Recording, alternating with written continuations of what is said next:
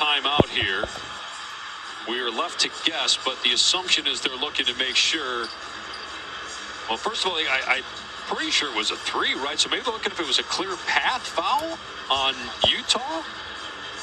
Oh, I don't know about that.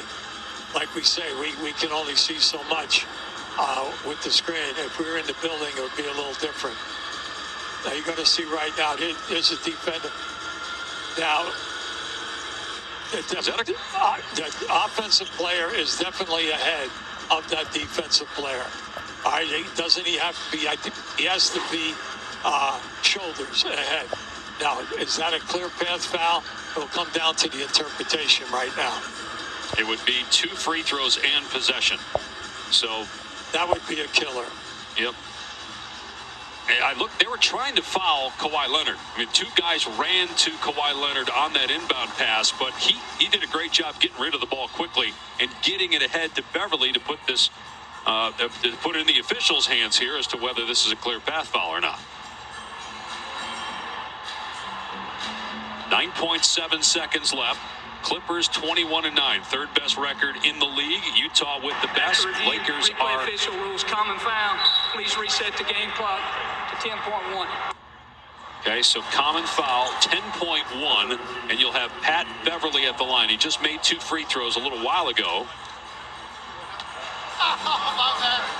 But look, the pressure is on the foul shooter.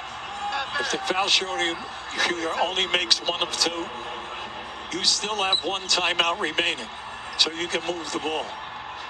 If he makes 2 out of 2, you're still going to call your timeout and move the ball. Who knows? With 10 seconds to go, we never give up on a potential 4-point play. We've seen it happen too many times. No doubt, okay? No question. Absolutely. It's amazing. It's been played perfectly so far by Quinn Snyder and Donovan Mitchell, how they've handled the clock management down the stretch. We'll see if Pat Beverly can get it back to a 4-point game. Around and down on the first one. Okay, now the big thing comes down to you now. Do you want to, all right, if they score, don't call timeout, go again. Now this time they're calling a timeout. Okay, they're down 4 with 10 seconds. And you know that defensively, you're going to tell your guys, whatever you do not foul a 3-point shooter.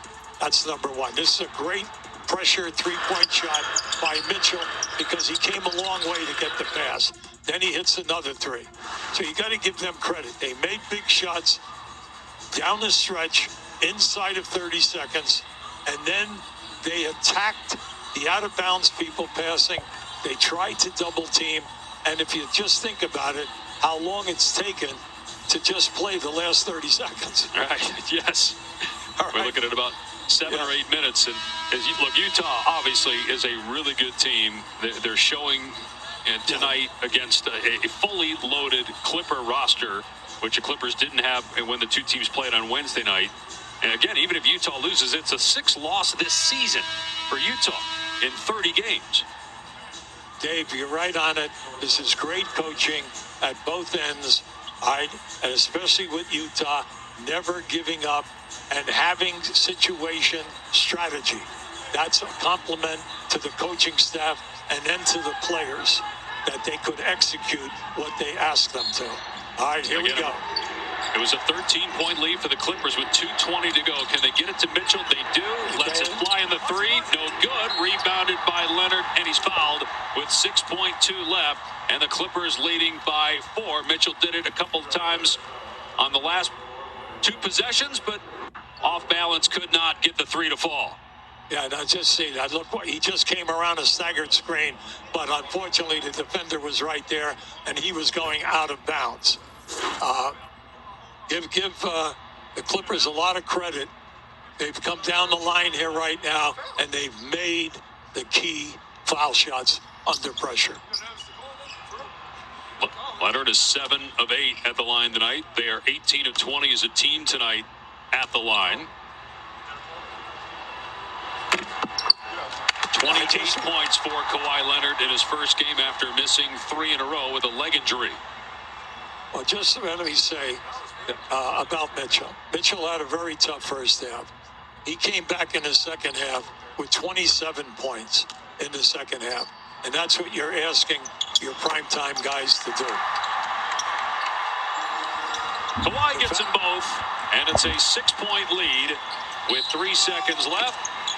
Mitchell misses, and that's it. The 9-game win streak for the Utah Jazz comes to an end. Or wait, are they going to call a foul? Hold on. Yeah, they're calling a foul with 2.2 left on a 3. Yeah, no, that ref called that right away. He called the foul, and you could see that defender was all upset. I did not hear the whistle from my home kid here with the headset. Yeah, so right. I thought Leonard got the rebound and was fouled, and that was it. But they did call a foul here on the 3 by Mitchell against Paul George. There's the push-off with the forearm. Oh, he hooks him. See, he hooked his arm right at the elbow, and the referee was right on that side to make that call. So if Mitchell can get the next 2 with 2.2 remaining, no timeouts for either team, you'd have to get a steal and get a 3. The one thing you do not want to do is pass the ball out of bounds into traffic.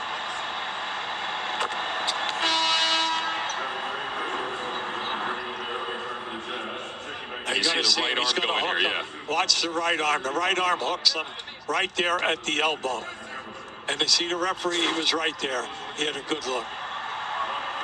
So one more free throw for Mitchell to try to get it back to a 1-possession game. Neither team with the timeout. Can Utah get if Mitchell makes the free throw, can they get a steal and a 3 to try to tie it and send it to overtime? Mitchell misses on purpose. And now it's over. Not sure why he missed that on purpose. Yeah, why not make it and make it a